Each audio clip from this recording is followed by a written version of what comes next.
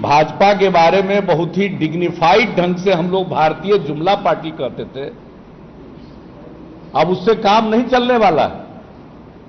अब तो बीजेपी का मतलब सचमुच एक हमने देखा है होर्डिंग लगा हुआ कहीं, बीजेपी का मतलब है बी से बड़का, जे से झूठा और पी से पार्टी। यानी बीजेपी का मतलब बड़का झूठा पार्टी। नीतीश बाबू, आपका अहंकार आपको खा जाएगा। आपका तो जो होगा होगा, लेकिन आपके अहंकार ने बिहार को तबाह करके रख दिया है, बिहार को बर्बाद करके रख दिया है। इसकी हमें पीड़ा है। मैं आदित्यनाथ योगी ईश्वर की शपथ लेता हूं कि योगी के शपथ ग्रहण में नीतीश पर सबकी नजर, कर दिया ऐसा काम कि देश भर में होने लगी चर्चा। कभी मोदी के नाम से इतनी थी नफरत कि तोड़ लिया था गठबंधन, अब शीश झुकाकर कर रहे हैं प्रणाम। जी हां, उत्तर प्रदेश विधानसभा चुनाव में जीत के बाद भले ही योगी आदित्यनाथ मुख्यमंत्री पद की शपथ ले रहे थे, मगर देश भर की नजर एक और मुख्यमंत्री पर टिकी रही। चर्चा का विषय बन गए बिहार के मुख्यमंत्री नीतीश कुमार और उनका व्यवहार। प्रधानमंत्री नरेंद्र मोदी के सामने झुककर प्रणाम करते हुए नीतीश कुमार की ये तस्वीर जैसे ही सामने आई, तरह तरह की प्रतिक्रियाएं सामने आने लगी। इसी मामले पर प्रतिक्रिया देते हुए पत्रकार श्याम मीरा सिंह ने लिखा, सीएम योगी के शपथ ग्रहण समारोह की एक तस्वीर वायरल है। मोदी के आगे 145 डिग्री तक झुक आए शख्स का नाम है नीतीश कुमार। ये वही नीतीश हैं जिन्होंने साल 2013 में मोदी को लेकर एनडीए से गठबंधन तोड़ लिया था।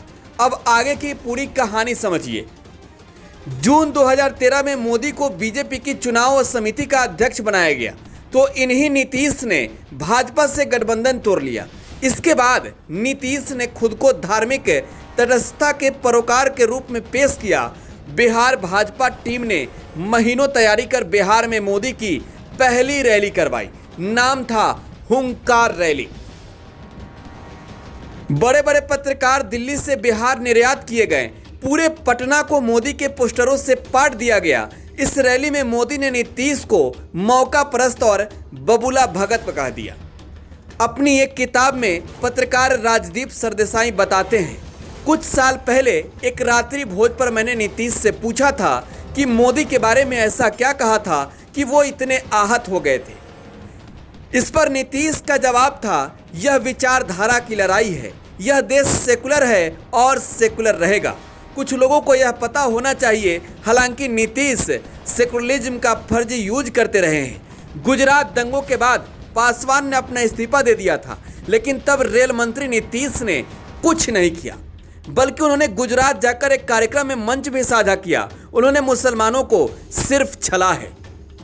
2010 में बिहार में चुनाव हुए। कुछ परसेंट मुस्लिम वोट राजद से शिफ्ट होकर नीतीश की तरफ चले गए। इससे नीतीश की फुल मेजोरिटी के साथ सरकार आई। वो समझ गए लंबी राजनीति के लिए सबका वोट चाहिए, इसलिए उन्होंने भाजपा गठबंधन में रहते हुए भी मोदी से दूरी बनाना शुरू कर दिया। नीतीश बीजेपी में जेटली और सुशील मोदी से काम चलाते रहे। साल 2009 का समय था। भाजपा के पीएम पद के उम्मीदवार थे आडवाणी। भाजपा ने शक्ति प्रदर्शन के लिए लुधियाना में संयुक्त रैली रखी और नीतीश कुमार को बुलाया। सीएम नीतीश ने आने में अनिच्छा जाहिर की, क्योंकि उन्हें मालूम था वहां मोदी आएंगे। जेटली ने उन्हें कहा कि यह आडवाणी का कार्यक्रम है, इसलिए उनका आना जरूरी है। नीतीश कुमार के आडवाणी जी से अच्छे संबंध थे, इसलिए वहां जाने के लिए राजी हो गए। लेकिन मोदी बड़े राजनीतिक खिलाड़ी हैं। नीतीश के मंच पर पहुंचते ही वे अभिवादन करने के लिए पहुंच गए और नीतीश कुमार का हाथ पकड़ लिया। यह ऐसा सीन था जिसे टीवी और अखबारों की हेडलाइनों ने लपक लिया। नीतीश कुमार इस पर लाल पीले हो गए। उन्होंने मोदी के हाथ पकड़ने की घटना को खुद के साथ विश्वासघात कहा। राजदीप सरदेसाई की किताब के अनुसार नीतीश कुमार ने बाद में अरुण जेटली से कहा, आपने अपना वायदा नहीं निभाया। साल 2010 में पटना में बीजेपी की राष्ट्रीय कार्यकारिणी की बैठक थी। पूरे पटना में पीएम मोदी के बड़े बड़े पोस्टर लगाए गए, जिसमें कोसी के बाढ़ पीड़ितों के लिए मोदी के योगदान का आभार व्यक्त किया गया था। दरअसल गुजरात सरकार ने बाढ़ पीड़ितों के लिए 5 करोड़ रुपए दिए थे। नीतीश कुमार ने पटना में आए भाजपा के वरिष्ठ नेताओं को अपने यहां डिनर पर बुलाया था। नीतीश कुमार ने जब समाचार पत्रों में मोदी के दान वाले विज्ञापन को देखे तो गुस्सा हो गए। उन्होंने डिनर कार्यक्रम तक को रद्द कर दिया और बाद में दान के पैसे लेने से भी इनकार कर दिया। इस पर मोदी भी गुस्सा हो गए। राजदीप के किताब के अनुसार मोदी ने बीजेपी अध्यक्ष गडकरी से कहा, आप नीतीश को मेरे साथ ऐसा आचरण की अनुमति कैसे दे रहे हैं। नीतीश की आत्मकथा लिखने वाले सरकंस के अनुसार यह वह दिन था जब नीतीश मोदी की लड़ाई ने व्यक्तिगत स्तर पर एक भद्दी शक्ल ले ली।